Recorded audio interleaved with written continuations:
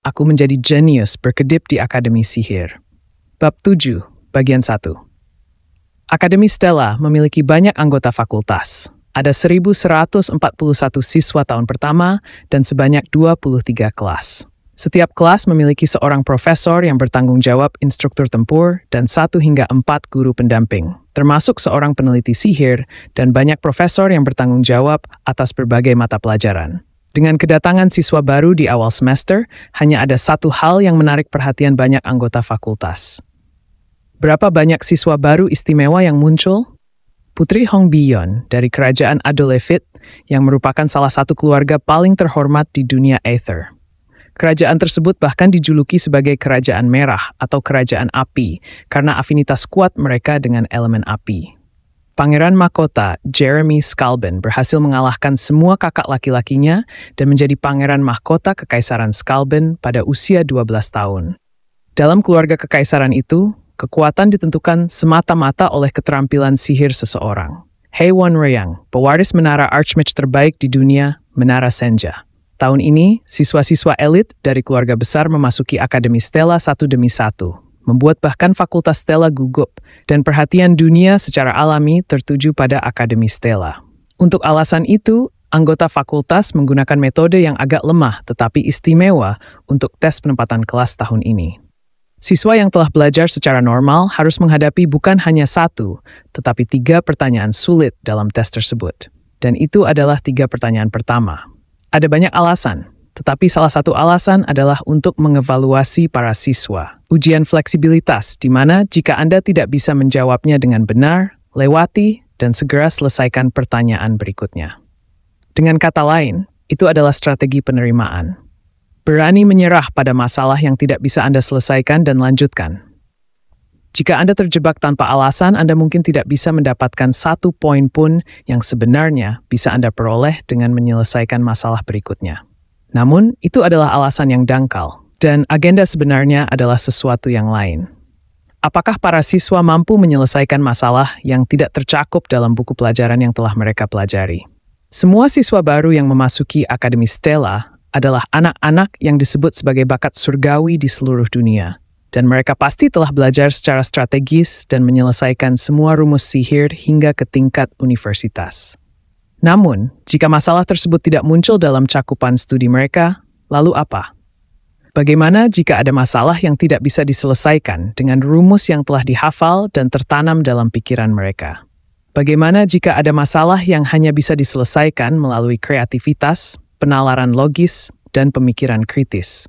Hari-hari di mana pertarungan hanya dengan senjata dingin telah berlalu. Zaman prajurit sihir telah tiba. Jenis sihir apa yang akan digunakan oleh lawan? Bagaimana merespons dengan tepat? Ini adalah perhatian utama. Kurangnya kreativitas telah menjadi masalah besar bagi penyihir di era ini, di mana sihir dapat dimanipulasi dalam berbagai cara. Kemauan memang sangat penting. Penyihir kelas 7 dan instruktur kelas S, Lee Hanwol, mendesah sambil memeriksa nilai siswa. Kemudian, seorang profesor perempuan tua, Edel Timon, yang sedang lewat, memperhatikan Lee Hanwol dan mendekatinya. Oh, sepertinya Lee Hanwol sangat tertarik pada nilai siswa baru ini. Edel Timon adalah profesor di Senat Akademi Stella. Sejujurnya, dia adalah satu pilar akademi yang bertanggung jawab mengawasi kebijakannya. Ya, benar. Keadaan saat ini sangat beragam. Bukankah tahun ini sangat menarik? Seperti yang dia katakan, fakultas sudah membuat keributan karena hasil tes siswa baru pertama. Lee Hanwol mengangguk dan melanjutkan untuk memeriksa hasil kertas ujian lagi. 3 masalah pertama lebih seperti jebakan, tidak pernah dimaksudkan untuk diselesaikan. Titik pandang Lee Hanwol.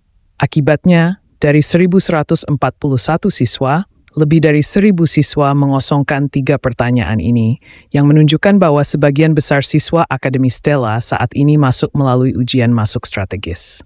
Namun, sihir bukan hanya studi strategis. Seseorang hanya bisa menjadi penyihir sejati dengan berpikir di luar buku. Dalam hal ini, 100 siswa yang mencoba menyelesaikan masalah ini cukup unik.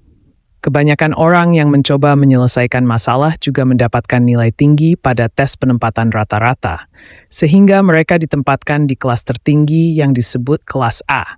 Tetapi kebanyakan dari mereka tidak berhasil menjawab 1 pun dari 3 pertanyaan tersebut dengan benar. Apakah tidak ada satu siswa pun yang menjawab ketiga pertanyaan itu dengan benar? Siapa itu lagi? Ada, bahkan 3 orang. Meskipun asal-usulnya tidak diketahui, Mayu Song, seorang anak laki-laki yang muncul seperti komet dan menyapu dunia sihir, disebut sebagai jenius abad ini. Edna, seorang gadis biasa, yang diakui karena kemampuan dan bakat khususnya yang sebanding dengan Mayu Song, masuk atas rekomendasi penyihir besar dan kepala sekolah Eltman L. Twin. Dan Baek Yu-sol. Saya tidak dapat memahaminya. Karena Mayu Song dan Edna sudah jenius, meskipun mereka memecahkan ketiga masalah tersebut, itu akan meyakinkan untuk mengatakan, ya, mereka adalah jenius. Namun itu tidak terjadi dengan Baek Yu-sol.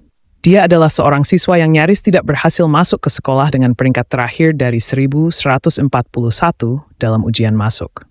Tapi, bukankah dia menjawab ketiga pertanyaan itu? Jadi bagaimana jika dia tidak bisa menyelesaikan pertanyaan lainnya?